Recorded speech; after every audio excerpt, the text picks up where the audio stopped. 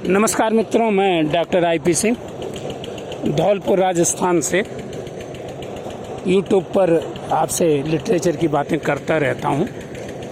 इस समय एक दुखद स्थिति के बीच अपने गांव आया हुआ हूं। मेरा अपना गांव जो कभी श्री कृष्णपुर था, बिगड़ा हुआ नाम सिरखिनपुर, पहले पिछड़ा हुआ गांव था, लेकिन अब मुझे लगता है कि शहरों से हमारा गांव कहीं ज़्यादा अच्छा है। ये मैं जहाँ खड़ा हूँ, मेरे घर का एक ये छोटा सा तालाब, सामने छोटा सा घर तामसी वृत्तियों के लिए, और सामने ये मेरा अपना घर, बगल में चाचा जी का घर बैठने की व्यवस्था के लिए हुआ है, और ये मेरे अपने रक्त वंश परंपरा के ही चाचा जी का घर, छोटा भाई खड़ा है। मैं ये वीडियो इसलिए डाल रहा था कि अब शहर के लोग जो सुविधाओं की बात करते हैं ना, वो हमारे गांव में आ गई है। देखिए सामने ट्रैक्टर पर एक ऑयल की चक्की चल रही है, मिल कह लीजिए, छोटी सी, लगभग 16 वोल्ट का ये है।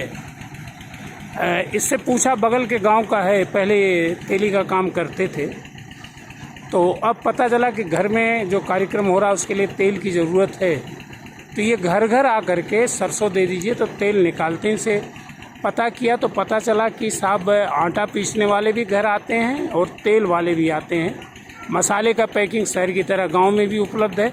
और इधर देखें चचेरे भाई के कार्य, किसने लहसुन मूली डाल रखे हैं, यहाँ अमरूद का पेड़ भी है, बढ़िया सा घर बना रखा है, सारी सुविधाएं शौचालय आदि की, और ये रह रहे हैं। तो इन्हीं से हम पूछेंगे कि इनको यहाँ रहते हुए कैसा महसूस होता है और इनकी व्यवस्था क्या है। ये मेरा छोटा भाई। नमस्ते, मैं सर के चाचा का लड़का हूँ, और इससे पहले मैं शहर में रह रहा था। कोरोना काल के बाद मैं गांव आया, और गांव की यदि सही पहचान हुई है तो कोरोना काल के बाद। इससे पहले भी गांव की पहचान थी, ऐसा नहीं था, लेकिन लोग पहचान नहीं पाए थे। जब महामारी आई तो लोगों को समझ में आया गांव। बड़े बड़े लोगों को मैंने गांव में देखा। कोरोना काल की तो स्थिति परिस्थिति सबको पता है, मुझे चर्चा करने की ज़रूरत नहीं है। लेकिन मैं आपको एक बात ये बताना चाह रहा हूँ कि 4 ज़िले के बॉर्डर पे हूँ। चारों ज़िले लगभग हमारे यहाँ से 90-95-100 किलोमीटर की दूरी पे हैं। इसके बाद भी इतना विकास है। देखिए, सरसों दरवाजे पे पेरी जा रही है, चक्की घर पे आके पेरती है, खली का पैसा भी ये दे के जाते हैं। बगल में स्टेशन है, मान लीजिए वो अंग्रेज़ों का ज़माने का बनवाया हुआ है, तो मात्र 1.5 किलोमीटर पे पूर्वांचल एक्सप्रेस वे हमारे यहाँ से हाईवे निकल के गया है। अपनी गाड़ी हो तो 1.5 घंटा, और सरकार की गाड़ी हो तो मात्र 2.5 घंटे में आप शहर को कवर कर सकते हैं।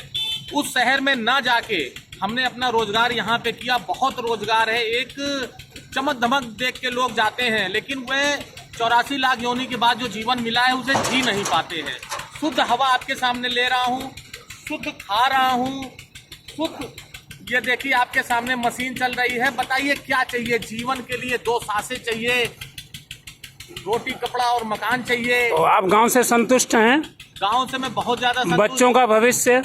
बच्चों का भविष्य के लिए शिवव्रत हमारे यहाँ एक स्कूल है, इंग्लिश मीडियम।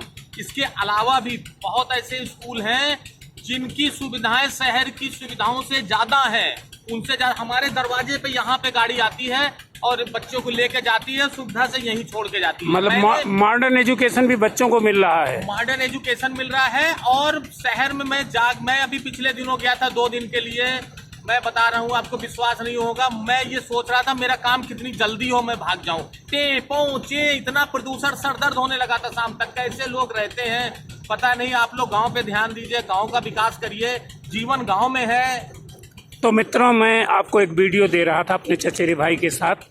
गांव में सुविधाएं, इसलिए गांव को पिछड़ेपन का प्रतीक न माने। अगर स्वस्थ रहना चाहते हैं, आनंद लेना चाहते हैं, तो एक बार गांव की तरफ भी लौटने का प्रयास करें। बहुत बहुत धन्यवाद। अगली वीडियो में फिर मिलता हूं। Thank you.